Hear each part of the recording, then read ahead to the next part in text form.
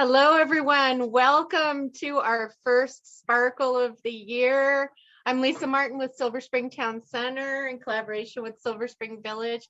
And we're so happy to have Pam Holland with Tech Moxie doing social media, privacy, and etiquette. And I think it's a timely topic. It's always helpful to have a refresher. And it's always a good discussion. So I think we'll all learn something today. Pam always does such a great job. So good to have you, Pam. Hi, everybody. Good to see people and their little squares on my Zoom. Right. I'm going to go ahead and share my screen. Oh, before we get started, I just want to make a couple announcements. Our next Sparkle is about the Montgomery County Civil Rights Tour. And that's the second Wednesday. I don't have the date pulled up at the second, but it's the second Wednesday at 2. And it's the discussion will be led by my colleague, Silver Spring Civic Building Manager Eric Rosh. We'll be talking about it. Very fascinating tour that the county does down south. And SSTCI has some other interesting programs coming up, including tomorrow night. We have a program with some international folks, people from Brazil, professors from Brazil, discussing democracy and the media in Brazil. And that's tomorrow at 7:30. Tomorrow at 6:30, we are starting another tiny house building workshop with artist Marcy Wolf Hubbard. And that's a 3-series session. I think there's only 1 or 2 spaces left. It's free. You can build your tiny house with paper mache.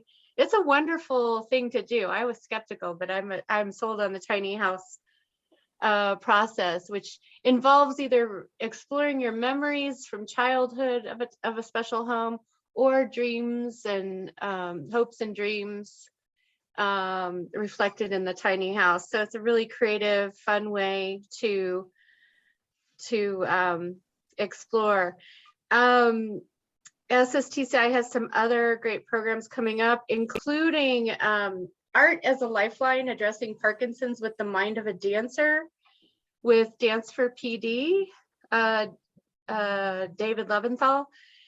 And that will be on Tuesday, January 25th. We have our art salon Monday, the 24th. And then on Wednesday, the 26th, we have board member Terry Salas, who's on this call. And she is going to be leading a fascinating and timely discussion, looting what can and should be done to curb illicit trade in art and antiquities to preserve cultural heritages. So that is on Wednesday, January 26th at 7, and you are required to do a lot of reading. It's like being in school again. And our artist of the month is Martina Sestakova on Friday, January 28th at 7, presenting Creating with a Vision in the studio with artist Martina Sestakova, who does wonderful watercolor, and she also makes scarves, and she's also an arts educator, works with seniors a lot with arts education. And then our comedy show is returning on Wednesday, January 19th, Most Loved Comics comedy show. And then throughout the month of February, we have a rich array of programs celebrating Black History Month. All of our events are made possible with generous support from Montgomery County, United Therapeutics, the Arts and Humanities of Montgomery County, Maryland State Arts, Montgomery College, and many others. And now let's get with the program. Pam Holland is the founder of Tech Moxie, which provides technology coaching and support for the tech hesitant. How many of you are tech hesitant? After happily practicing law for more than 20 years, Pam left to start her company, fulfilling a lifelong dream to start her own business. Tech Moxie has been building skills and confidence in tech users since 2015, and she's been presenting with us just about every year at this Sparkle. Yeah. And she's one of our favorites. So take it away, Pam. All right, I'm going to do a screen share, and what I'm doing here is I'm sharing my PowerPoint. So I have to start the slideshow. All right, I still have everyone's pictures. I'm going to do a little arranging here so I can see as many of you as I can. So hang on a sec. Okay, can't see everybody, but that's okay. All right, hi everyone. So Lisa asked me to do this particular topic. I could probably do a 10 class set, series on social media safety and privacy. So it's a little bit of a big topic, but that's not going to stop us. So I've kind of handpicked some things that I think are, when you talk to a lot of people, I have a lot of clients and I see recurring themes also among my friends just on Facebook who will post something and say, I don't understand why this happened or that happened. So I've kind of gone for the low hanging fruit, the things that I think are most important. And I see people get kind of hung up on most frequently. So that's sort of how I picked the topics for this in terms of the safety and privacy. And etiquette, you'll see, is just sort of a little bit of common sense, all that. Now I have to, okay, there we go to advancing the slides. So what am I going to cover? I'm going to go through some preliminaries, talk about how to get the PowerPoint, some of the differences between the different devices, how to get help. And I want to explain and discuss what an algorithm is, because that's all kind of level setting. Then we're going to go into a little discussion of what's public, what's private, which might seem a little silly on social media because you can't assume anything is really private. And then we'll get into the meat of Facebook privacy, Instagram privacy, some etiquette, and then a little bit of Zoom. I think we're with a good group here, but I'll just, Lisa had asked me to do some reminders and tips on that. All right. So the presentation, I did this as carefully as I could because it's hard to do a presentation and then do handouts, and the handouts end up just being kind of pictures of what you need to do, and people want to know where to find X, Y, or Z. So I did it all in the presentation. You'll see I have little arrows and colors and other things, but I'll be happy. I think I may have everyone's email from the second Zoom link that went around, but I'll make sure that you have access to this and it's sent. But I want to be really clear, it really isn't intended. Don't hit your printer button without really thinking about that, because I use a black background because I think it makes the letters pop. There are 30 pages in this and a lot of color. You will probably go through 2 or 3 ink cartridges. So there are ways to print depending on how your printer is set up. When I went to print, there was an option to print the PowerPoint as handouts. So you could say 4 slides per page, and then it will take out all the color. So that's an option. If you're one of those people, you really want to have it in your hand, take a look at that and just be really mindful before you print it, because I don't want your ink cartridges to be empty. Yeah, so that's it with the handout. I'm going to be mostly referring to Facebook on a computer, and the screenshots I have will be from my computer. But just know, I know some of you may use social media on your phone. Everyone has a different way of getting in there. So if you use it on your phone, it's going to look different. And all of the features I'm going to discuss are going to be hidden in a different place. It's like if it isn't hard enough already to find things.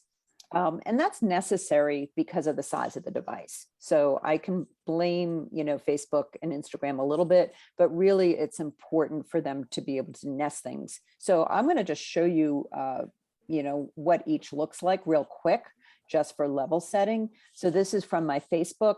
All the controls are really at the top of the page. And if you go on social media on your computer, this is going to look pretty familiar to you. So that's where a lot of the settings are that we'll be talking about. And then if you are using Facebook on your phone, you're going to see it's a totally different view, and you're going to have icons on the bottom.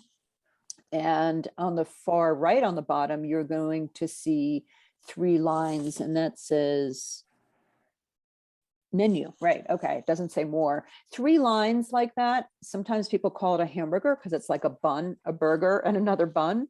If you see 3 lines or you see 3 dots, it means more. It means click here, there are more features there. So I just want to make sure everyone knows where to find stuff. And this talk is going to be, well, it's really a class in a sense, but it's going to be a combination of showing you where things are, But at the same time, I really like to have people empowered to find them on their own.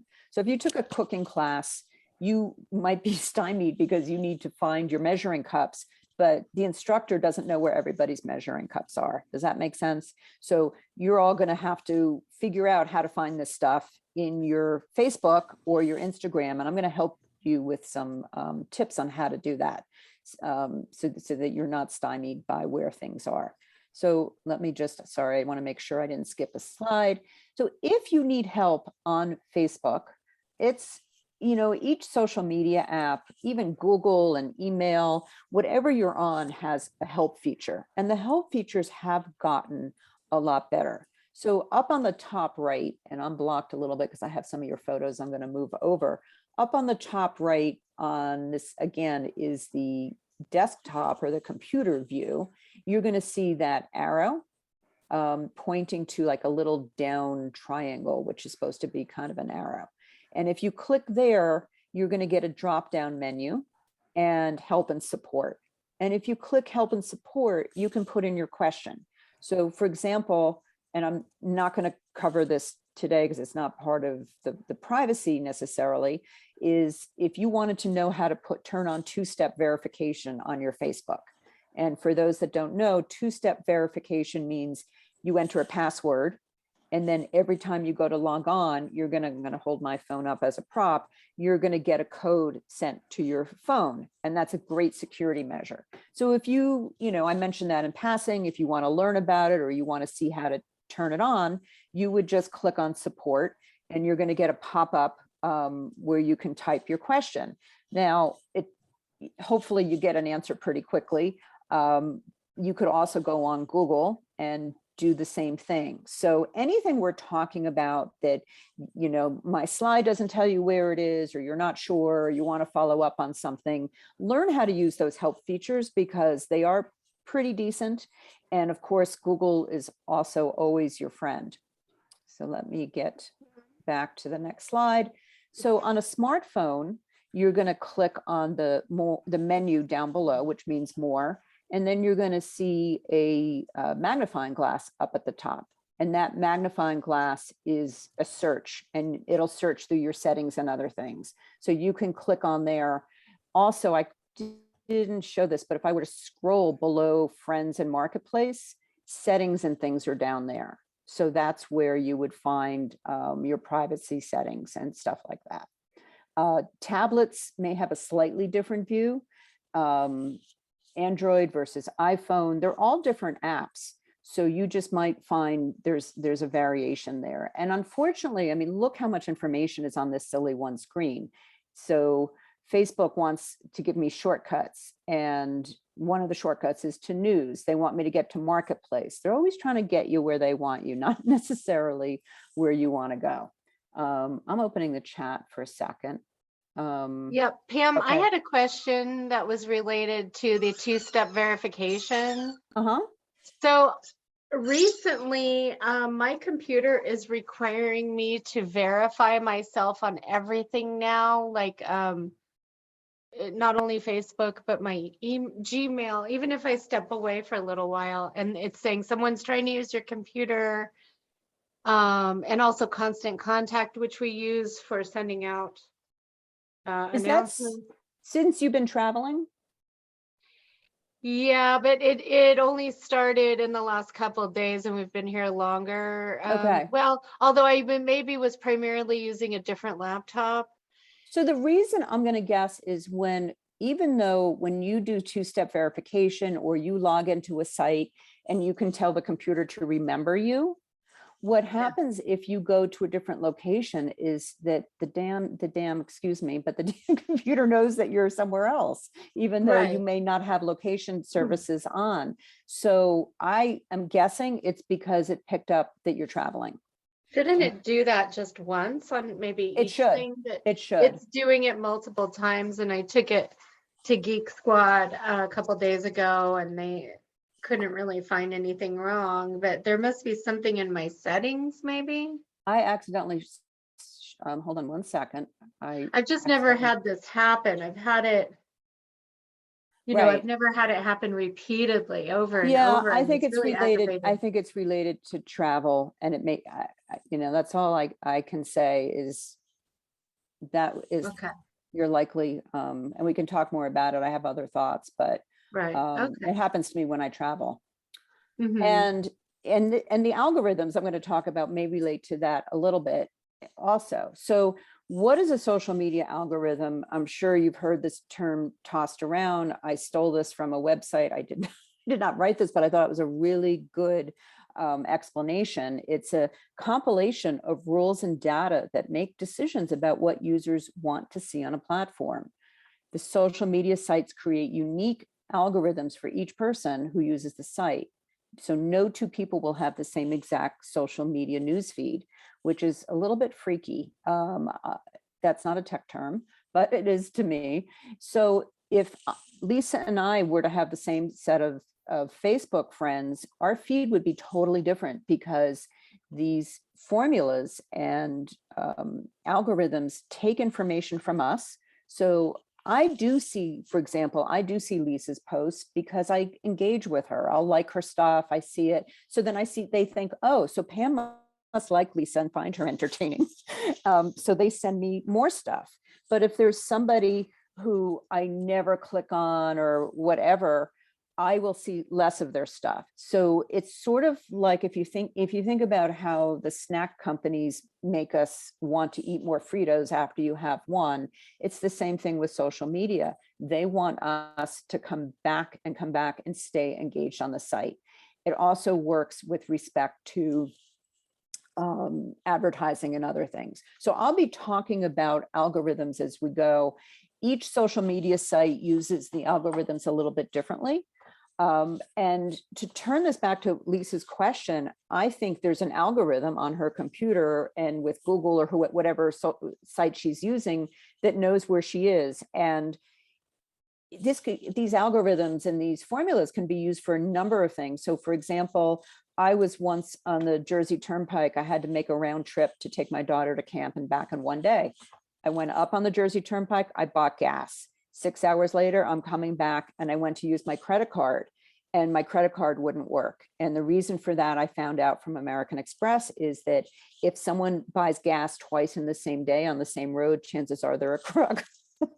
Because it's unusual for people to make that kind of trip. So it's a formula that kind of predicts our behavior. And it decided that that was unusual behavior. So Lisa has been behaving in some unusual way that has made her computer think that, that maybe she's been hacked. So anyway, that's how algorithms are used. It's the same kind of thing when you have done a search on Google for shoes or some other product, and the next thing you know, you're getting all kinds of ads. So, all of this technology is just kind of following us around. And anyway, so let's go on. What is really important about all of the social media stuff is understanding what is public versus what is private. And when I say private, of course, it really nothing, you have to assume that nothing is private on social media, but there are variations. If I send a Facebook Messenger message to Terry Salas, for example, my expectation is only Terry will see that. But there are things on Facebook more generally that I don't control. So I can predict that probably it'll be shared with only a limited audience, but you have to assume that a good sleuth will be able to find other things about you on social media. But I want to make sure that everyone understands how to adjust the settings and things, so at least you are in the best possible position in terms of what you're sharing, and you're not inadvertently stepping into something that is public that you don't know is public. That is really perhaps my biggest concern and where I see people get tripped up the most. So these settings and features might be at the account level. Are your account settings more or less public? And think of it as a dial. So there are adjustments that you can make to make things more or less private. At the post level, if you post on Facebook or Instagram, have you made your post available to the whole world, or have you limited the audience? And then also at the comment level, if you comment on a Facebook post, who is going to see it? Who will likely see it and who might see it? So let's keep that in mind. And anytime, I'm only really going to be able to dive into more Facebook because it's much more complicated than Instagram. But if you were to go to Twitter or TikTok or any other social media site that comes out in the future, these are the things you should think about. What's public, what's private, and who can see what. So this is kind of a framework for you all to think about. All right, we're going to start with just a few posts here. I have a feeling you guys know Darryl Davis, at least I see Lisa laughing. Darryl Davis is an amazing musician and also very well known for his work on, I don't want to say infiltrating, but becoming friends with KKK members and getting them to give up their robes. He's just an incredible guy. So of course his Facebook would be public, right? He's a persona. He's more than a persona, but he wants to have a public site because he wants people to follow him. He does music, he speaks, he writes. So that makes perfect sense for him. And I want you to see this world symbol next to, right under his name. And I blew it up bigger in the box so you could see it. It's supposed to be a globe. So if you see that on a post in your Facebook feed, you should know that that person's post is set to public. And that has ramifications for you as well. So if I see it on my feed, great, but you should understand as well that any comment on Darryl's post is also public. So if you say, I subscribed, Darryl, I follow you, I like your work, I love your music, not a big deal, but just know that anyone can see it. But you certainly don't want to post anything personal on there because other people will see it as well. So that's important. And here's another example from the New York Times, which of course also has public posts, and the likes and the comments are also public. So here's where it impacts us a little bit more, and it could be an issue for folks. So look underneath where it says Jackie, next to the likes and the loves and all of that. I'm Facebook friends with Jackie, and so the algorithms know that. And so it says that Jackie and 12,000 others left a reaction to this New York Times article. So the only reason that Jackie's name is there is because we're friends on Facebook. So just know if I were to like an article, it might show up on Lisa's Facebook that Pam liked this article on Facebook. Now, for the most part, you may not care. And I also will say as an aside that I'm going to tell you how my view of this and how I approach it. It's your Facebook. You can be as public or private as you want. You can adjust your dial in your settings however you want, no judgment. But I feel like I can at least give you my perspective. I'll tell you what I do and why I do it. So would I care if anyone saw that I liked this? No. But just know too that I don't know Carolyn Hall who left a comment, but here I can see exactly what she said on this New York Times article. So I tend not to want to comment on public things just because I am not the biggest extrovert in the world. And I would prefer not to comment on something and have it out there years later. It may or may not be, but I don't want that to linger. And I'm pretty opinionated. So if I'm going to comment on something, it's probably because I have a strong opinion. And that's even more reason why I shouldn't be commenting, because I don't need the whole world to see what my thoughts are on that. Right. I was going to add, a post could be private and you could comment on it and the owner of the post could change it to public later. And I'm curious about that, Lisa. I don't know whether my stuff will be shown later. I'd have to test that, but that's a really good thought. I honestly hadn't even thought about that in doing all of this. I mean, it's unlikely to happen if it's just a friend, but occasionally people will say, can you make this a public, can you change this to public so I can share it? And I say, well, I'd rather not do that. Can you just go to the link and just do it? But people don't know how to do that. And so they ask me. Right. And so if it's something pretty benign, but Yeah, just keep in mind, always look at for the little globe, and or the little two people is the more private setting for Right. just And I'm going to friends show only. that. I'll show you that Oh, one next. yeah. So actually in a couple more. So here's even another level of this. My good friend Jill commented on a post, and these are those, I'm sure you've seen these if you're on Facebook regularly. Here it says, okay, name a place you visited that you would never go back to again. And she put Reno. And you can see up here, the post has the world symbol, but this just appeared on my news feed that Jill, just like this, that Jill commented on a post from July 24th, 2021.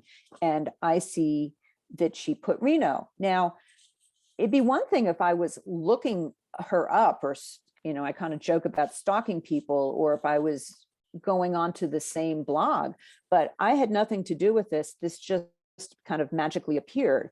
So if you like to answer these questions, or you're getting blogs or other things that are public like this, if you comment, not only is your comment public, but it might just randomly show up on someone else's feed. I think Ken has his hand up. Ken, do you want to unmute yourself and ask a question? You're still muted. Maybe one of our hosts can click on that. There you go. Oh, you un and remuted. There you Yeah, go. that was my fault because I invited him to unmute just as he unmuted himself. Okay. God, these things are crazy. Lovely hat, Lisa. Anyway, yeah, I've noticed a lot of these things where they ask a question, and in the beginning I didn't notice the bit that says 3 million comments, but now if I see that, I generally won't respond, because you don't know who else is there, you don't know who else is reading it. It may jam up your news feed. I am not tech savvy in any way, shape, or form. I just know from 2 years of dealing with the pandemic, it's better to be safe than sorry. Right. And these things where there's a huge number of comments, better to just look at it and then leave it alone. I totally agree. For one thing, we don't really know who is behind this cooking blog. We Right. know that during the election, there's all kinds of stuff going on with the Russians who can put this stuff in there. Once you comment, you're kind of in their clutches. I don't know what happens behind the scenes, how it feeds information. Are they doing research to find our habits? I have no idea, but I don't want to have anything to do with it. And this is me, this is my opinion. I don't see any benefit to answering that question publicly. And so I just stay out of it because I don't want to have anything to do with this. Obviously, a lot of people do, because it's really interesting. You look at this language, okay, name a place, it's friendly, it's inviting. Of course, we think of it, and I don't know what it is about our human nature that makes us want to do it and fill it in, but clearly it's like an itch that a lot of people want to scratch. So some of these can be even more personal, like name of your first pet or something. Could they be using it to get information about passwords? I kind of doubt it, but who knows? I have no idea. So anyway, this is, I think, just a really good example of how your news feed just gets the algorithms. They just show you this random stuff. Now, Lisa, I'm going to kind of ask you to comment on something, because Lisa and I are Facebook friends, and Lisa will post funny things that people might want to answer, but she posts the link. I think she might have walked away. So what Lisa will do, I think, is take the link from something funny and put it in a post so that it ends up being private. So if we're having fun together, it is just showing up on Lisa's. So we'll talk about that when she gets back, but I'm pretty sure if she finds something amusing like this, she would take a link and copy it in a way so that it's not public to everybody. So again, if this was what Lisa does, that would show as the friend symbol, which I'm going to show you next. And I know that I had that, but I'm trying to gosh, I can't find. I had a friend say, oh, I totally skipped the slide. I'm going to make sure. Okay, there we go. I knew I had it in there. So this is the kind of more private symbol. John, and I blocked out his last name because he didn't post this publicly. It's such a pretty picture. And John is a Facebook friend of mine, and I enlarged the symbol. And this means this is visible only to John's friends. So if you went on John's, you search for John Doe, you would not come up with this picture. So that's really important to look for. I think all of our posts should be set this way. And occasionally I'll see somebody on Facebook that has public posts and they don't really have a reason for it. And it might be their settings got messed up. Facebook, in the old days of Facebook, the default was public. So without, when I used to teach at some of the senior community centers, maybe about 6-7 years ago, I would see people's posts public and they had no idea. Now, at least if you were to go on Facebook and start an account, this would be the default. But, and Facebook has gotten a little bit better about warning people.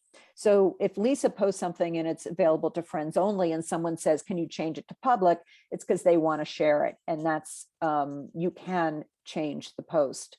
So I don't have a slide of that, but if you were to click, if you're on your Facebook and you wanted to change one of your posts, you could click on the symbol and there's a drop down and the choices are friends, public. You can also have a select group. You can have a subset. You can show it to all of your friends except Joe and Mary. And so you can do a fair amount of customization on that. I find most people really can't be bothered with that. But if you're on Facebook a lot, that might be something that you want to do. I will say that during the election, I have a couple of friends who disagreed with me, very few friends who disagreed with me politically, but sometimes I would share things and I'm like, I don't want to hear it from them. And I would just change my settings so that they wouldn't see it. Of course, that's no guarantee. All right. So this is that friend symbol. And I'm going to go on. I see things in the chat. Does anyone want to unmute and ask a question? Okay, the general questions are also a way for an unknown entity to data mine your names for future ads. That's absolutely so. It could even be for password use. I don't know how they're going to be used. I think we have really no ability to fully understand that. So for that reason, I don't want to fill in those things. All right. Now that I found my friend's post, I can go on. So what are my recommendations for this, for your privacy, for your account is, and I'll go through how you do this, is one thing that I think is really, really important is to make your friends list private. So on your account, you can go into your settings. And if you've been on somebody else's Facebook account and you want to see who their friends are, which I am not above checking, I am a bit of a stalker. I will admit it. I have, 20-something-year-old kids, particularly when they were in high school. I'm like, who are their friends? What's going on? It's a lot of information there for a mom. So you can go in sometimes and see other people's friends list. There are real reasons to set that to make that more private. Can I add to this too? Because I've noticed when I'm getting targeted by European military generals who live in West Africa and that have hold cars. roses. I had that guy, Lisa, he was after me too. Well, they use a, so they for some reason they think I like military guys and older, a bit older than me. And so to avoid that, because I used to have my friends list showing, and then they see, oh, I'm gonna catfish her, and then I can also start friending her friends, and right. So that's what happens. So once I started blocking my friends list, people couldn't prey on them. It's really important because it's also used for fraud. It's right, which that is, but right. It's also used to set up fraudulent accounts. So the good thing is Yeah. so this Paul B is actually my cousin's husband, and I'm not friends with him on Facebook, which is why I picked this account. Hmm. So we are kind of strangers to each other. So if you Mhm. look at Paul's account, this is my view of Paul's account. And it says, do you know Paul? To see what he shares, send him a friend request. Okay, I haven't done that yet, but I can also see that we have non-mutual friends. So even if you're set totally private on your friends list, you can still see your mutual acquaintances, your mutual friends, which is okay. And I'm going to show you another view. Alexandra A, I really just randomly clicked on an account, and there are no friends to show because I don't know her, she doesn't know me, and we have no friends in common. So if your friends list is set to private and someone clicks on your profile, this is what they'll see if you don't have friends in common. And I think that's really important for the reason Lisa said. In addition, I get those military guys as well. And I think part of it is I don't say I'm married on my Facebook. I don't know. I've been married for so many years. It just didn't occur to me to mark that. But I'm sure some of you, this is kind of rhetorical question, but have any of you ever gotten a friend request from someone you're already friends with? And it's pretty common. And so what might happen is you get a friend request. Let's say I got a second friend request from Terry Salas. I think we're friends on Facebook. And what I should do is make sure that I'm not already friends with Terry. So let's say Terry's friends list is set to public and the fraudster can see all of her friends. The fraudster goes and says, okay, I'm going to pretend I'm Terry Salas. Take her picture off of Facebook, really easy to do. Any two people can have the same name, so Facebook really can't stop another Terry Salas from creating a Facebook account and using Right. that picture. So what happens is then if Terry's friends are set to public, then the fraudster has an account that says he or she is Terry Salas and will send friend requests to everyone on Terry's friends list. And the friends will be confused and think, oh, I thought, was I friends with Terry? I don't remember. And they'll accept it. And then they have access. They're in your world because they have breached into your friends list. So that's the most important reason is the fraud is to make sure that you change your settings if they aren't already. And I look on a lot of accounts and it's like all over the place. So I'm sure some of you have done this. Some of you haven't, and I'm going to go into how you go ahead and do that. So how do you make your friends list private? If you are on the desktop, you click, I can't see, you click number one on that down triangle, and then you're going to get to settings and privacy. And I will show you the next one for that. Here's privacy. And on the right, you can see how people find and contact you. And there you can see who can see your friends list. And you can see mine is set to only me. So you can go in, if yours is set to everyone or friends, you go ahead and click edit, and then you can change what that setting is. And I highly recommend this. There are a lot of things I say, dial your privacy as you want. I don't see any upside in having people see your friends list. I really don't, particularly strangers. So that's something that you can go ahead and do. And just to be real clear, if you change whatever settings changes you make, so if you make a change from your desktop or your laptop computer, it applies to your phone. So these are account level changes. So you don't have to make it on each device. I've had that question asked of me before. And same thing, when you go to post, you want to make sure that you're only sharing with your friends. And just like I was showing you the world icon before, chances are your settings are private-ish and set to friends. But that's something you want to just keep an eye on as well.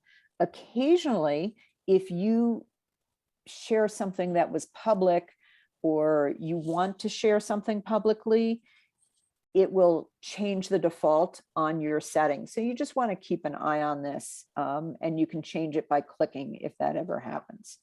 I see chats. I just want to stop here and see if there are questions. Okay. Nice Yeah. dogs. Thank you. I love my puppies. So one is my grand dog and the other is my dog. So Yeah, cute. yeah, they are cuties.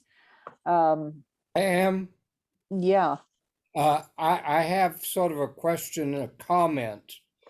About 3 years ago, I drove up to Baltimore for an AARP lecture by a man named Frank Avalone. He is or was director of computer security at the FBI. I'm sure he He was gave a scary. 2-hour lecture, and before he started his lecture, he put his hands up to his ears and he said, I'm going to tell you something at the beginning, and I don't want you to forget it. He said, when you get home today, delete Facebook from your computer. And when he finished the 2-hour lecture, he did that again. And he said, what did I tell you to do when you get home? Frank Avalone is a very famous author. He wrote that book, Catch Me If You Can. Oh yeah. Okay. Now I know exactly who you're talking about. And it was quite a lecture he gave for 2 hours. And as a result, I hardly ever use Facebook at all. I certainly don't do any posting. Sometimes I read, but I was hacked a couple of times 2 years ago, and I decided Mr. Avalone knew what he was talking about. So let me talk about risk for a minute. And it's a really, really good comment because on the one hand, he's right. I have a love-hate with Facebook. Many respects can't stand it. I get so angry at the whole site. I get angry when I see a fraudster like the military guy and I report it to Facebook. I get angry when I see a duplicate account, that's been created fraudulently. And honestly, I know that Facebook has the technology to not let that happen. Because Roy, if someone took your picture and started a second account, there are computer programs that can run your picture and they can see that it's already associated. So it could totally be a red flag for Facebook, and they don't do that. So, and don't even get me started on the election and fake information. But on the other hand, I was saying, as we were all coming on, I haven't seen Lisa in person for 3 years.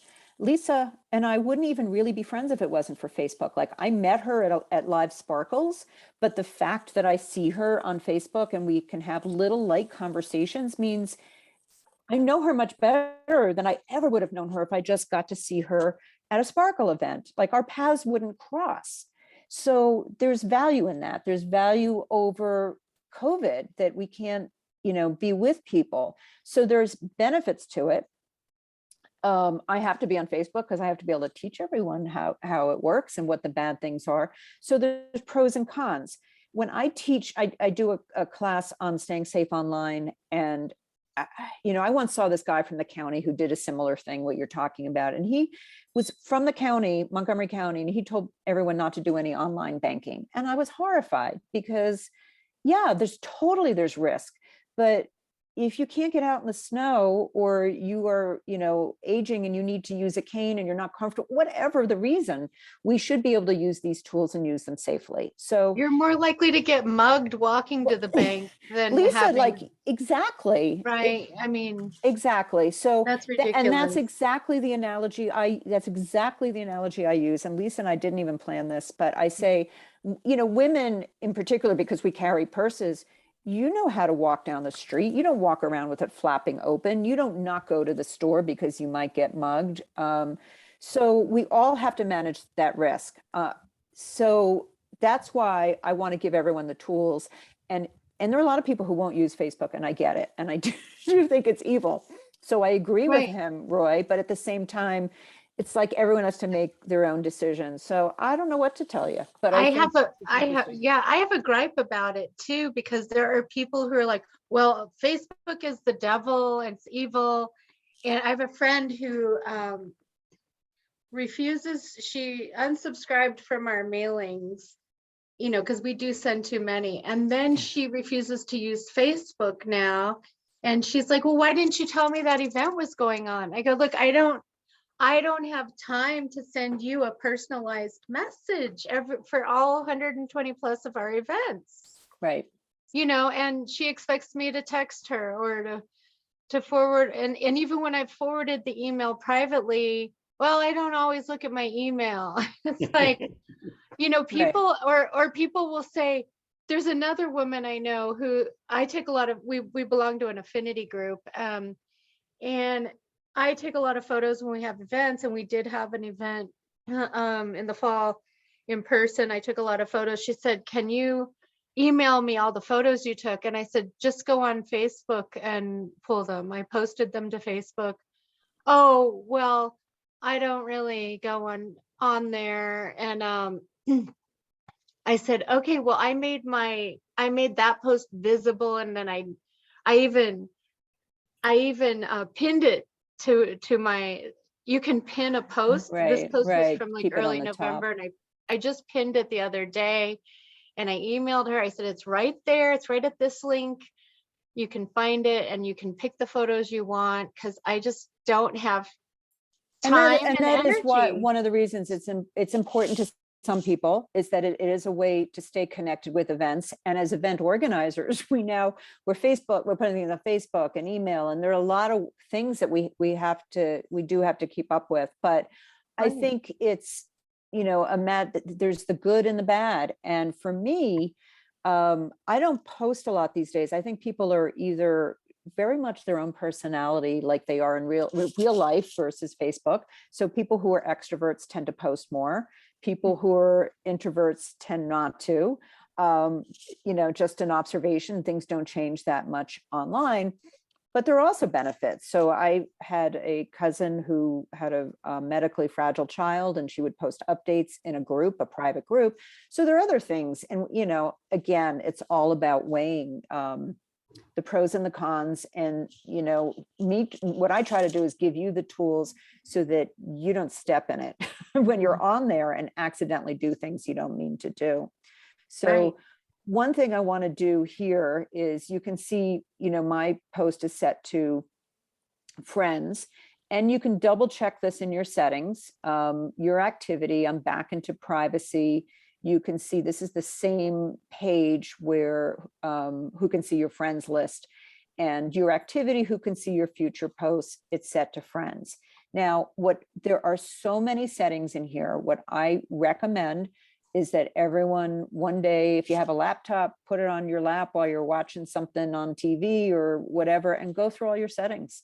Literally go through from the left all the way down and check everything. It will get you more educated, and you'll have a better idea of what you want to decide to do. I will warn you, like as Lisa said, I'm a lawyer. I've practiced for many years. I'm really good at parsing text, but some of these things are so confusing, and I think it's the way they explain it. So like under who can see your friends list, there's an explanation. So each thing you do, there's information, and you can read about it. Don't feel bad if it makes no sense, because when I read some of Facebook's setting descriptions, to me, it's like reading a ballot when I go to vote, and you're not sure if yes means you're for it or yes means you're against it. It's that kind of language. So be patient with yourself, and don't feel like too much of an idiot if you can't make heads or tails of it. And I see Ken has his hand up. Ken, you're not muted, so you can go ahead and talk, I think. Yeah, I find a lot of these things, and even this crap from government agencies that comes in physical mail, the language can be very complicated, confusing. You're not really sure what they're trying to say. I can't afford to pay lawyers to decipher it. And overall, the only social media thing I do is Facebook. It's been great for making the connections. You know, I absolutely agree that these things are, you know, really good and really bad. There is no middle ground with it for me at all. I You agree. know, over the past couple of years since the pandemic started, um, I don't know if I told you before, I've been writing about music for 40 years. I'm mostly interested in stuff from other countries. And my connections in other countries have absolutely exploded during the past 2 years. I can't physically go anywhere. So, you know, I sit here in front of the screen and attend online events and make new connections in other places. If I'm really lucky, they'll send me a reviewed copy of a CD, but that's, man, I mean, this is another issue altogether, but now it's become, no, we're not sending out physical CDs anymore. It's just downloads. And I Right. hate that. I hate Right. it. You know, it's just, yeah, basically the overall thing is just, you know, all of this and navigating these very intricate processes, and your eyes glaze over after a while. What are they saying? What are they talking about? I can't figure this out. I need help. It is unclear. And I suspect that one of the reasons for that, oh yeah, it makes you look at it longer because you're trying to figure out what it is. Are they that devious? Quite possibly. Quite possibly, but it's amazing to me that, you know, I was at Fannie Mae for many years and having to write things that people would understand, and it's just so, you know, it's just amazing to me that they get away with the level of confusion, and who knows whether it's devious or they just can't write. I don't know. Or if it's, you know, I mean, if that's the way these things are, I mean, legal language is intricate, complicated. I mean, I'm not stupid, but I've never been a detail person, you know, and all of these things these days are intricate. They have many parts, and you just, you know, your eyes glaze over after it, looking at that. And I was on Facebook a couple days ago, and a guy who's another music journalist, his specialty is jazz. And but he was saying how overwhelmed and drained he felt, and everybody was chiming in. Yes, yes, yes. And one of the reasons is the intricacy of all these things we're forced to deal with now. And none of us are experts on it. None of us are really prepared for it. And we all have to deal with this. And it's not easy. And It's not easy, and it's getting more complicated, because if you think about the gazillion lines of code in each application or each piece of software, and then having everything try to talk and understanding how it's going to just work, never mind whether you're going to lose your privacy over it. So it is really complicated. The only thing I can say, usually, and this is going to sound, you know, in a way ridiculous, but usually when I'm on here, if I come up with a feature and I don't understand what the feature is, never mind the explanation, chances are it's not a feature you're going to need. And, you know, if there was something I thought was really dangerous, I would tell you. And that's kind of why I tried to pick the low hanging fruit. Like, this is what I see people get in trouble with all the time. So you don't have to be an expert on all of this, but it is good to just take a look. It'll help educate you, and have a better sense of how to use all of this. So what happens if you know, I mentioned fraudulent accounts. So when you get a friend request, be very careful not to accept it until you make sure you're not already friends with this person. So if I got a friend request from someone, I'm like, who I know, and I might think, I thought I was friends with them. you check. You check. You go into your friends list and you check. And what I have found is the fraudulent accounts often are because someone has a public friends list. It makes them, you know, more valuable to the fraudster. That's number one. Number two, I have found that I get those friend requests from people, the fraudulent ones, when the real person is not as active on Facebook, like it's more of a dormant account, because it's less likely to be caught. That is totally anecdotal. I don't know if that's true.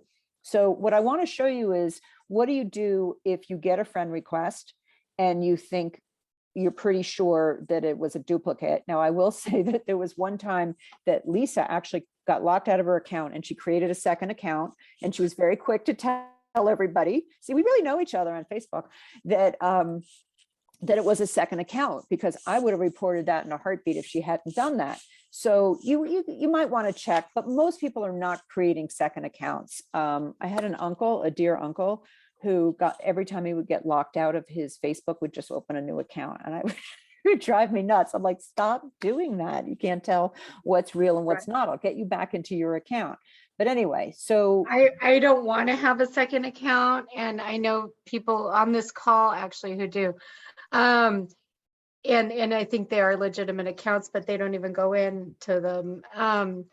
But I thought I was going to be banned for life, and it had to do with it. Following the insurrection, I posted one of our programs on QAnon conspiracy, and the algorithms targeted me and thought I was spreading conspiracy theories about Q, but I was, promoting our talk with a Smithsonian curator, talking about the folkloric history of conspiracy right. I theories. remember when that happened. And so there's something called Facebook jail, which you may have heard of. Right. And they use algorithms. They don't use real people to, give it thought, even though they have so much money over there at Facebook.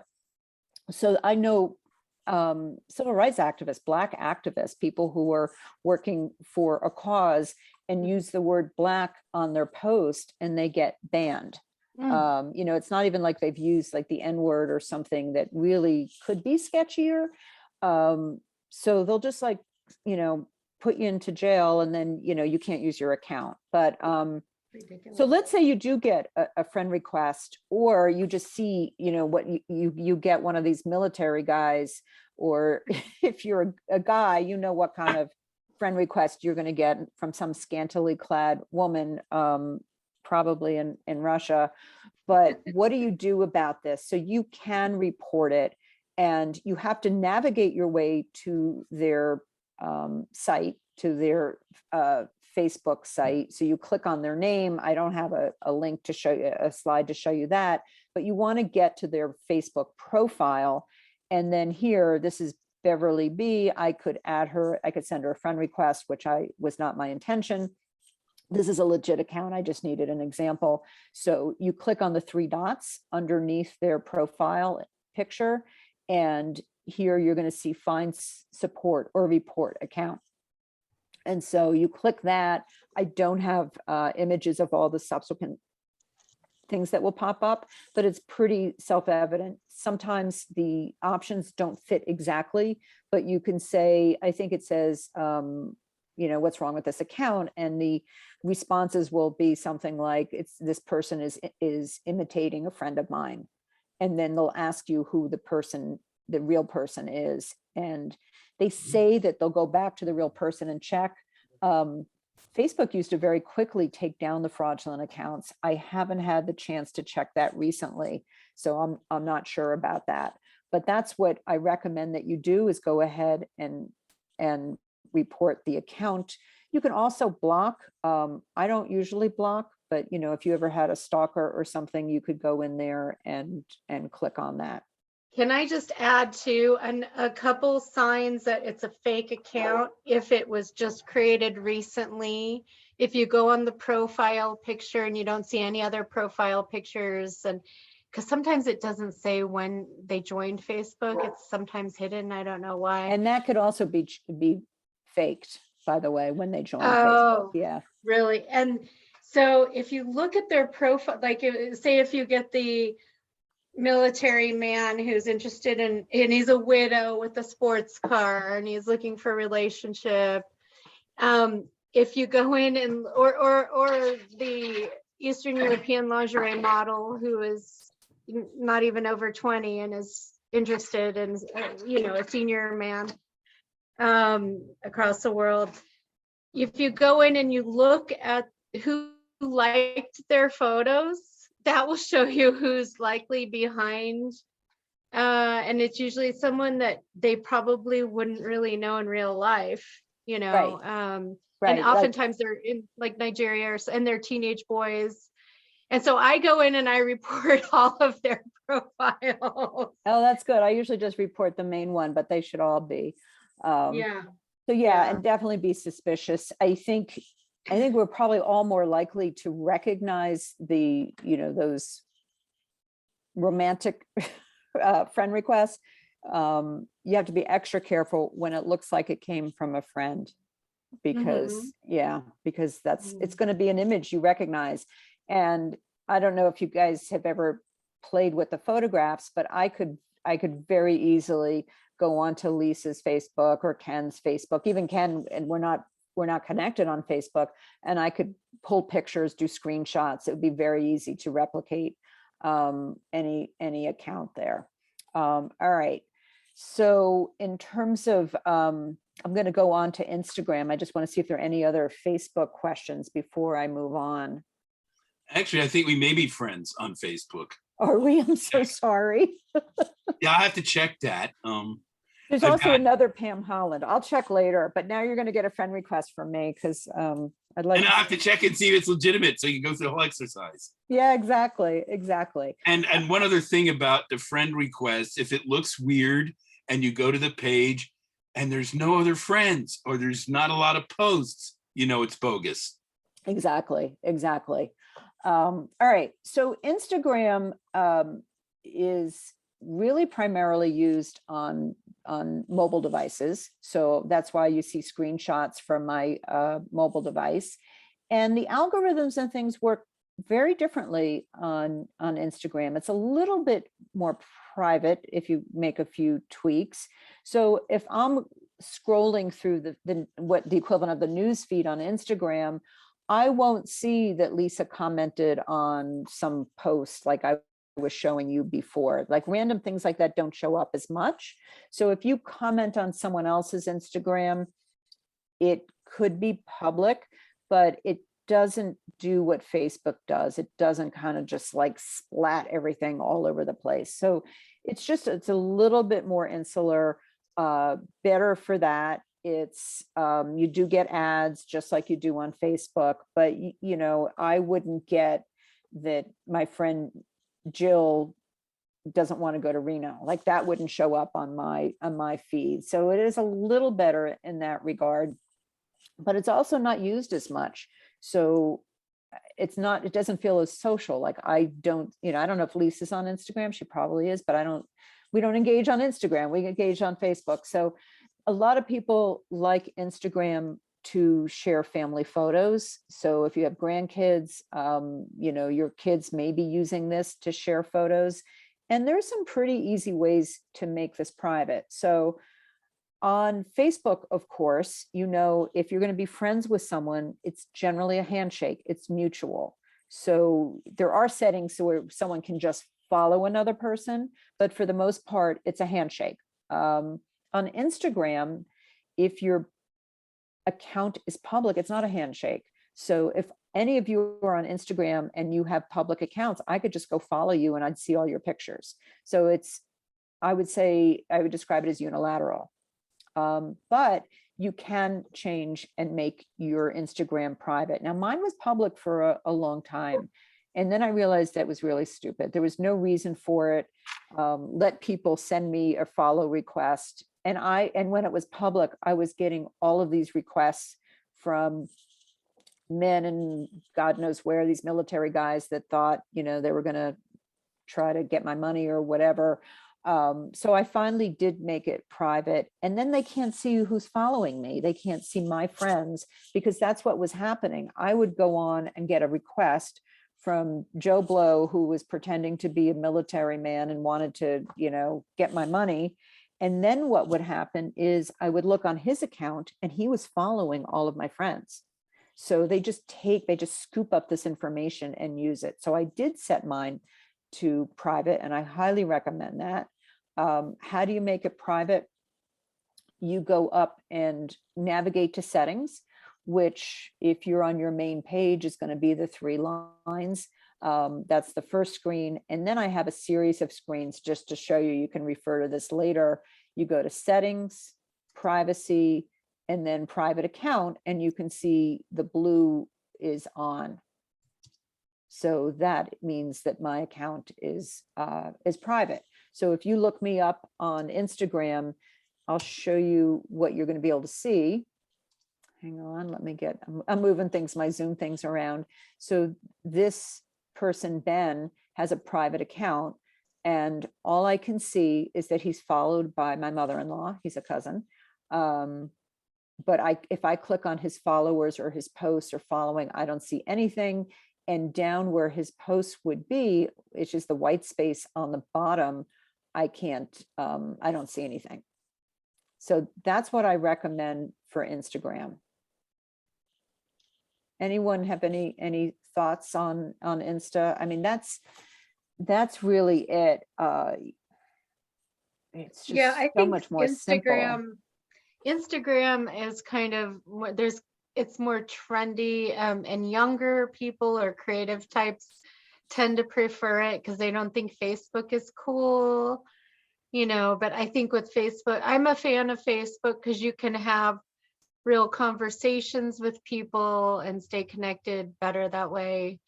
But I mean, I get some of my friends are like, why aren't you more on Instagram more? I do have an account, but it's really not a non-verbal space. You can It's write really for something. photographs, right? It really is Yeah. more visual than it is a conversation, like you're sharing. I can show you, I'll go back, like, you can see these photographs. It's very visual. I'm not sharing things that are kind of random posts. You don't share things like you wouldn't share something that someone else posted. It's, if you click here, you can write captions. So there may be words underneath each of these pictures, but it really is for the visual. I like Instagram to follow people. If there's someone, a musician you like, you could follow Bruce Springsteen, you could follow. And I think that for people like, for Ken, like if you want to go on and follow musicians, this is a great site because you're going to see things on Instagram that you wouldn't see elsewhere. Ken, you have your hand up. Speaking of Ken. Yeah, well, I'm not on Instagram.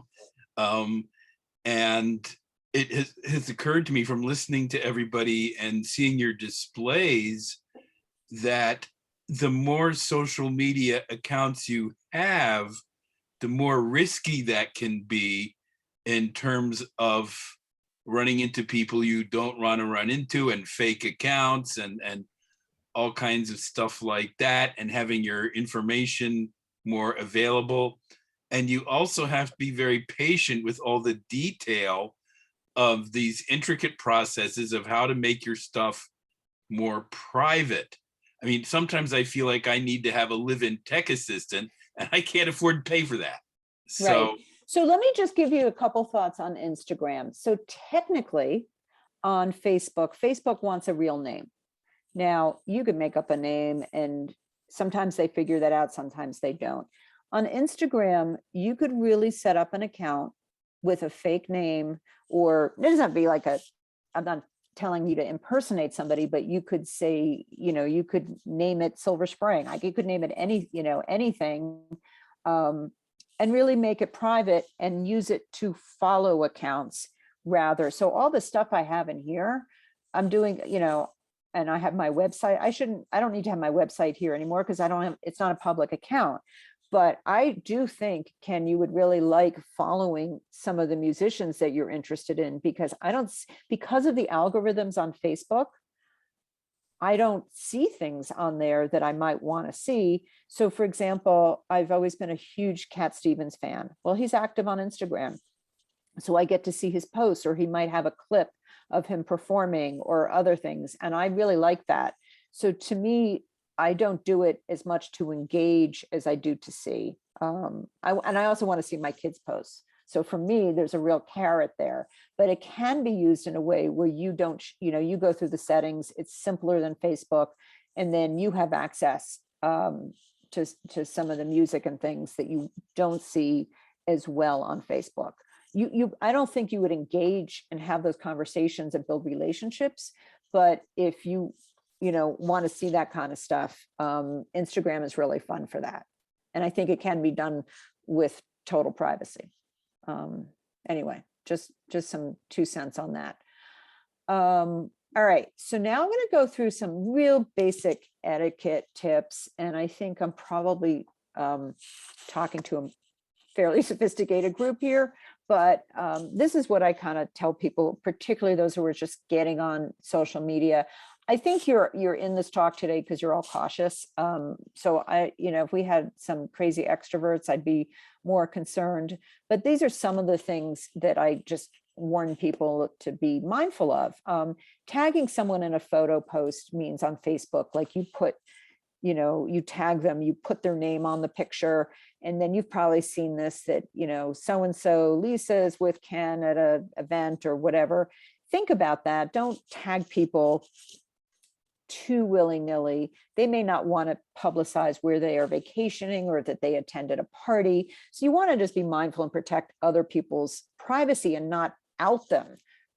Imagine how this is for a teenager. I mean, we're all kind of mature people here, but imagine you're on Facebook and you're a teenager and you see all these friends at parties and things, and other people's names are tagged. Like, you immediately know that you weren't invited. Or if you see somebody tagged and they say, oh, Lisa was with Pam, in Arizona or somewhere. Well, then I know Lisa's out of town and she didn't put that information. So let people put their own tags on, be careful about that.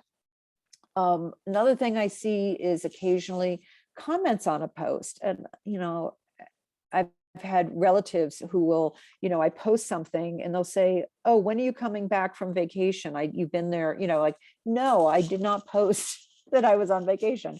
I don't want that on there. So this stuff is probably, from all the comments you've made, it's probably pretty obvious. Someone posts a picture of their dog, don't post, are you feeling better? They may not have wanted it out there that they didn't post that they were sick. So just take your cues from the post and don't reveal more than the original post, is what I would advise. And, because I think you're all a pretty cautious group, it's perhaps more likely that someone would do this to you. And you can go into a post and you can delete your own post if you post something you don't like.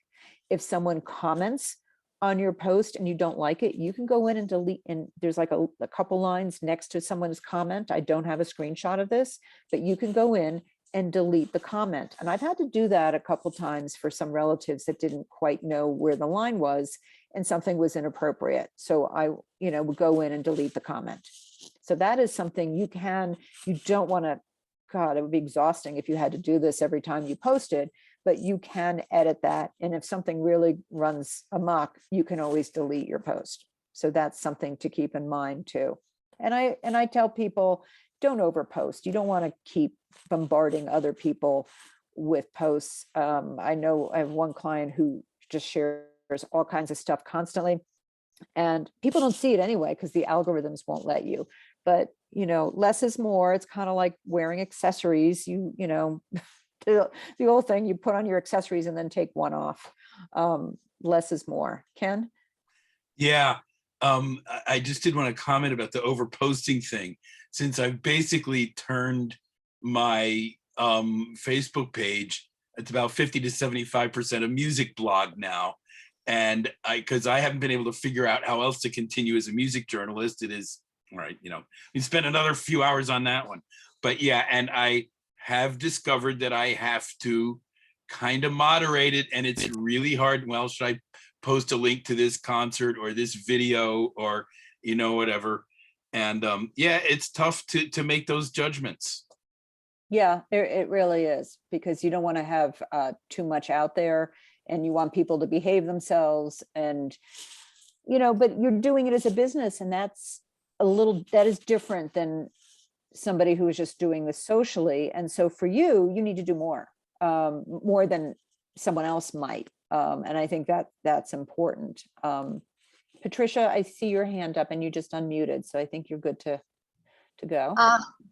Yeah, I had a question about, I get a lot of Facebook friend requests, and a lot of them are from people I don't know.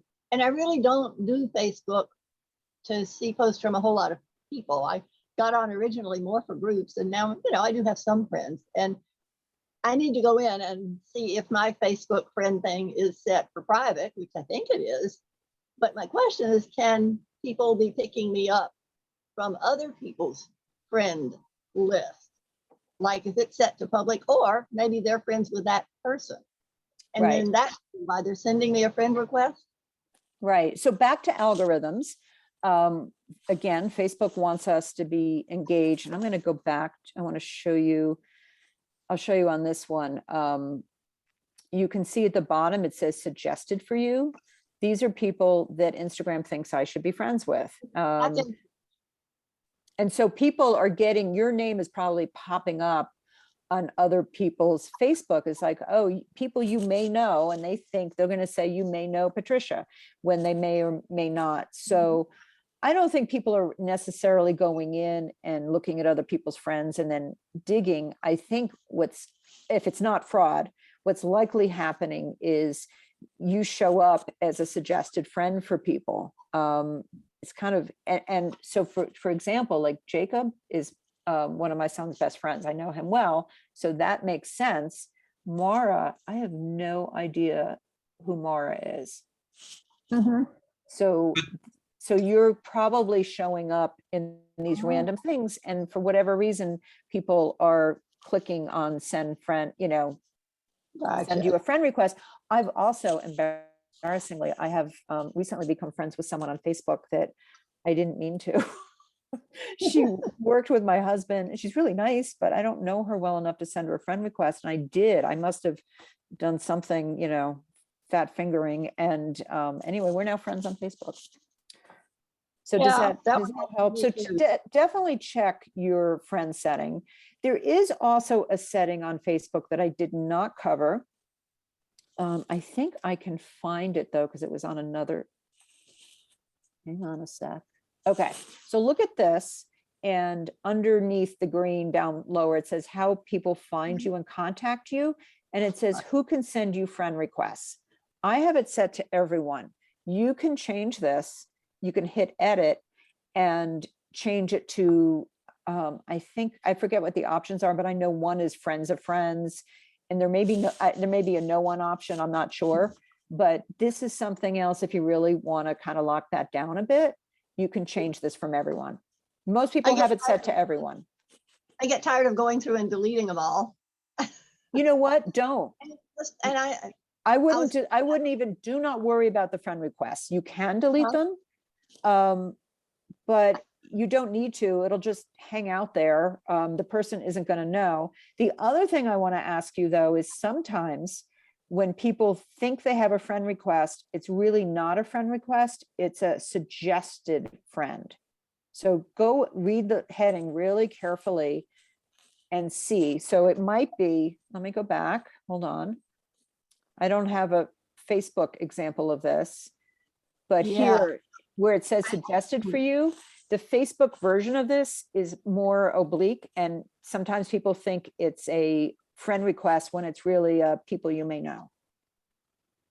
So, now that you say that, I think there is a line, and then there's people or something like that, and above that is that actual request. Right. So just keep an eye on that, and you can totally ignore it if you want. You can delete them. Definitely don't delete the suggested for you. Like if I click the X, it's digging in sand. They'll just put more people in there, and I don't care. So you can't get rid of this, really. You can get rid of the friend requests. You can delete them if you want. But there's also no harm in leaving them, because either way, the person who sent it to you will not get any notification. It'll just hang out there. And again, hiding your friend list will really protect you from being targeted. Hiding the friends list will really cut down hopefully on random people friending you. Yeah, definitely. Ken, do you have another thought or question? Question? Just on the suggested for friends thing on Facebook, because I haven't done Instagram yet. One way to kind of look at that is to notice how many friends you already have in common with the suggested one. And I have found more music people that way. Right. But if again, it looks like you don't have any friends in common with them, I will also go to the page of that person and look at the profile or whatever that's called. And, you know, there may be information there about what they do and what they're really interested in. And you can determine if you really have, you know, if there's really any point to it by how much common stuff you have with that person. Right, Interesting. right. That in particular, that's a really good tip. If any of you are on LinkedIn, because I do get requests on LinkedIn. I haven't been on there much lately, but if the person, you know, if we had something in common, like we both worked at Fannie Mae, or, you know, we have a lot of friends in common or connections in common, I'll take more of a look at that. And I just want to go, I went into the chat and now I've already forgotten who put that comment in there, but someone had mentioned that you can review your tags if someone tags you. So here you can look at profile and tagging, and actually it's right here too. Maybe it's in both places. It's right under your activity. You view all your posts and things you're tagged in. So you can change that setting so people can't tag you without your permission. So that is another way you can kind of lock down your profile a little bit more. Again, just I recommend going through all of these settings. And I just saw Patricia's hand up, I think. Unless that was Well, from it's before. up just now and I was lowering it. Oh, okay. So it wouldn't stay there forever. Okay. Thank you. All right. So I'm going to go back. I've been kind of scrolling up and down to show you settings and things. You know, this is etiquette. This is also privacy and security. Don't share questionable content or clickbait content. I really personally don't like to answer those quizzes and things in a public way. I think all we're doing is feeding information to the bad actors on how we behave, etc. I'm preaching to the choir here. I would expect nobody to be sharing information, bad information on COVID or elections or other things. So, you know, be really careful about that. And often, you know, there's a hidden agenda in some content where, you know, some things are just not overtly racist, but you may have heard the phrase like a dog whistle, where it's not using like the N-word, but they might as well be, because we all know the meaning behind it is really not honorable. So just be careful with that stuff. I think that this applies on both ends of the political spectrum, because no matter where you are, there's someone who's sharing questionable content that really, you know, I don't think should be shared. But and it's not because I don't think you should post your opinion on Facebook. It's just that the source of it and the company that started it, they're making money off of you, you know, falling for some of this clickbait. So put your opinions in there, but don't do it by sharing kind of random bad things. And then lastly, on the social media etiquette, is I like to remind people that it is a two-way street. I've spent so much time telling you not to click or post or write, but at the same time, there are folks out there, and this is purely etiquette, who post all the time, but then if I post something, like they'll never engage with my post. Like, it is social. So if somebody does post something, and if you're a poster, then just remember also to once in a while put a like on somebody else's picture or post.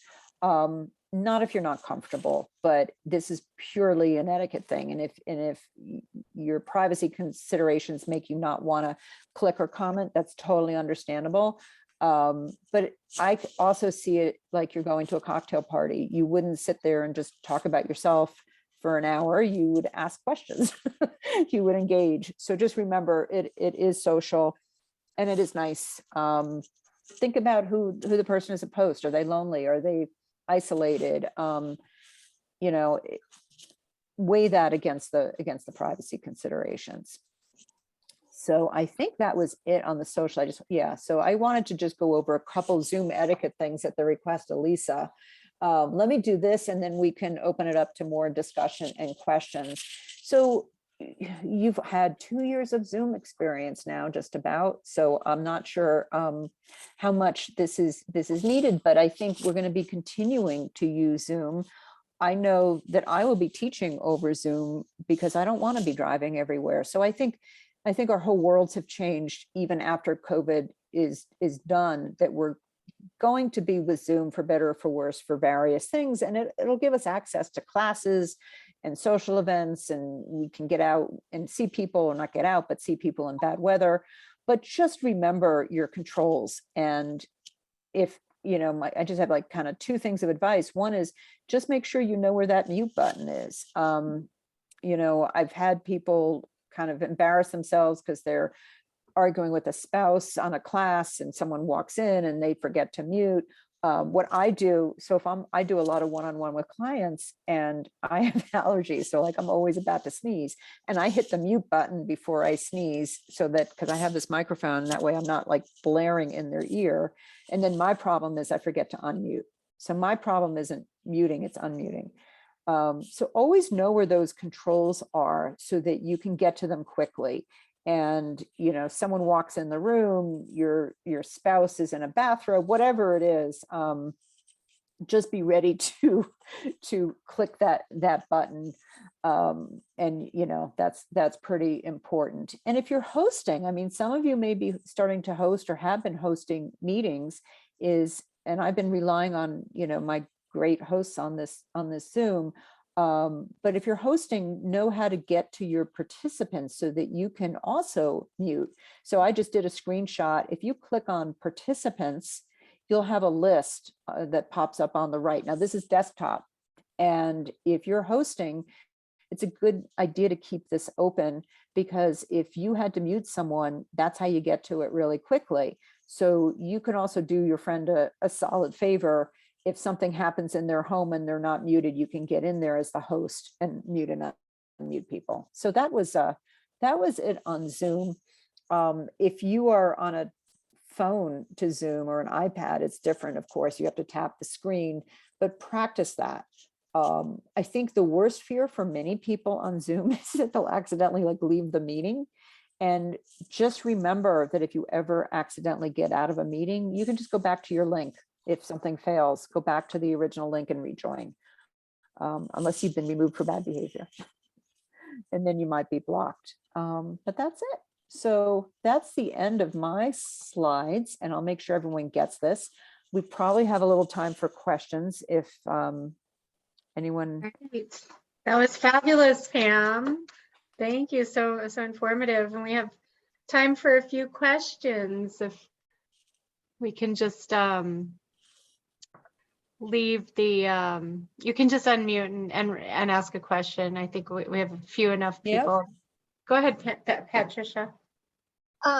Yeah, just a couple of things that I've learned the hard way about Zoom that you didn't mention, because, you know, there's a ton of stuff. But one of them is if you send a message personally to some person on there, if you're using the chat, you have to remember to go back and change what your comment is going to be next time if you want it to go to everybody. Otherwise, they're just going to keep getting any message you send to that same one person. That's a good one, right? Yes, I discovered that too. Very good. Yes, and the other thing is that if you have one of those free accounts and it cuts you off at the knees at what, 40 minutes or something, not to worry. You can go right back on, hit the same link, and you've got another 40 minutes and you all can just continue your meeting as if nothing had happened. That's really good to know. I did not, because I have a paid account at this point. Sure. Yeah, we do that with our landscape committee meeting here where I live. Because 40 minutes is never enough. And, you know, we talk another hour. That's great. As long as everyone knows it, you can get back in there. Yeah. The other thing is that if you're doing Zoom one-on-one, there's no time limit. Oh, really? Yeah. Oh, so if it's just, you know, 2 people on a Zoom, you're good. Even if you just have one of those 40-minute accounts. Yeah. So someone, Lisa, I'm going to stop sharing. Someone just, yes. Yep. There we go. Everyone's I'm back. usually the one that yells at the last minute. Remember, get back on, get back on. Right. Yeah. Because when it doesn't, I don't think it gives you a warning. It's not like it gives you 60 seconds. It's just, you're just gone. Right. Absolutely. All right. Any other questions or thoughts? I hope, you know, you're using social media to your benefit and getting something out of it. I keep I keep thinking, honestly, I thought several times about leaving Facebook because I was just upset about the company and its practices, et cetera. But here I am, I'm still on it. Yeah, Ken. Yeah, well, I mean, all these companies, I mean, I have to confess I'm no longer an Amazon virgin, but I am trying to, as someone else said, limit my exposure. I'm not on Prime. But if I want to get a CD by a German folk rock band from 1975, that's where it's going to be. Other places aren't likely to have such things. And my taste in music is generally pretty off center. But thanks very much for thanks very much for doing the presentation today. I suspect we could have, some of these things have the etiquette concerns and overposting and all of that sort of stuff. I've kind of blundered into it on my own. Sometimes I get help, sometimes I don't. But the one thing I did say before is just listening to all of this and watching it, it did occur to me that the more time you're on these things and the more social media accounts you have, the more likely the bad things are likely to happen. And I do post occasional political stuff. Yeah, I'm glad I thought of this. I do post occasional political stuff. I'm very lefty greeny alternative. And I did get almost put in Facebook jail. So I'm very careful if I want to refer to some politician that I do not like he who we do not name, who was president for 4 years, I will call him 45. I will call him DJT. I will use initials. For Mitch McConnell, I will just call him Mitchie so that I'm not detected. Yes. Yeah, and people are doing similar things to discuss race. I know Black people who have been put in Facebook jail for using the word white. And so they'll spell it with a Y. And I don't understand what's wrong with that. Clearly, you can be using these words in a horrible way, but that I don't fully understand whether the algorithms have run amok or not. Patricia, did you had your hand up? Yeah. And yeah, I think about the algorithms, they're still working on them, and they put everything together in a big hurry because they realized they were getting slammed. That's my take. What I was wondering was about the privacy of posts and everything. It's like, when you talked about the posts and keeping your own posts private, you were talking about ones you posted onto your own page, right? So if you go on somebody else's, like a group's site, and you post something, a comment or whatever, your post is as private as that group is. Like if it's for only members, then that's who sees it. If it's public, all the world can see your post on there, no matter what your settings are. Is that right? Yes, absolutely. So that's why it is really important to understand the world symbol and groups, something that I did not have time to go into, but I'm on, for example, like a knitting group, and it's private in the sense that, you couldn't go on there unless you were a member and post, but, everyone in there can see it. And of course, if someone wanted to, they could screenshot what I posted and take a picture of it. And then, so that's why when we talk about privacy, it's really a misnomer because it's public and less public is how I would put it. Well, I'm a member of this Facebook group called Smart Politics, where Karen Tamarius, a psychiatrist, she teaches people how to talk with respect and possibly even get results and change minds of people that are staunch Trumpies and all that kind of thing, and how not to lose your cool. So I tend to really not even put a like on comments, however public or private it is, if people are calling names, even if I agree with their sentiments. Right. And I think maybe that's another thing in terms of etiquette that we might want to consider. If we realize we're only doing our cause bad by stirring up the anger of the other side, then don't like posts that are calling names all over the place. Right. And I think we need to be careful about our own hypocrisy in that regard. It's one thing to articulate your dissatisfaction with a different view.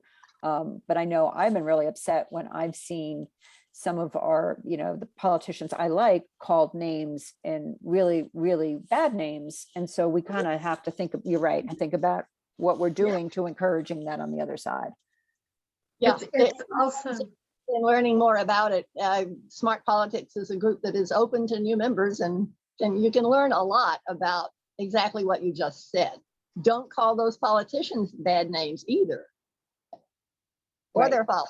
If you really want to maybe change their mind, or at least deactivate them a little. Right. I'll try. and it's also important.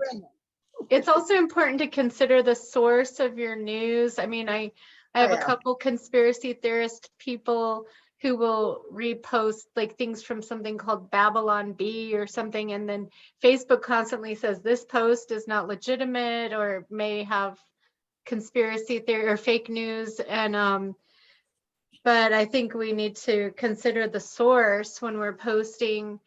And another sign of kind of a lot of these conspiracy theorists and propagandists use is, instead of using not just spelling differently, but they'll use like an at symbol for an A, for example, or like a letter, like a letter 4 for an H, or Right.